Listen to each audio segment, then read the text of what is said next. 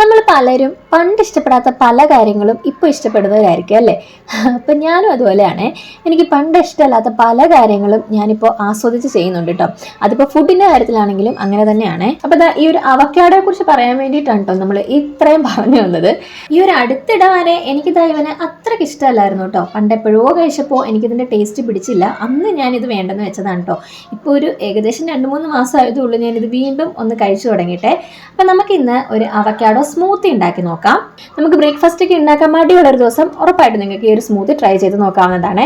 അപ്പൊ ഞാൻ ഇവിടെ ഒരു ഹാഫ് അവക്കാഡോ എടുത്തിട്ടുണ്ട്. ഞാൻ നമ്മുടെ മിക്സിയുടെ ജാറിലേക്ക് ഒന്ന് ഇട്ട് കൊടുക്കുന്നുണ്ട്.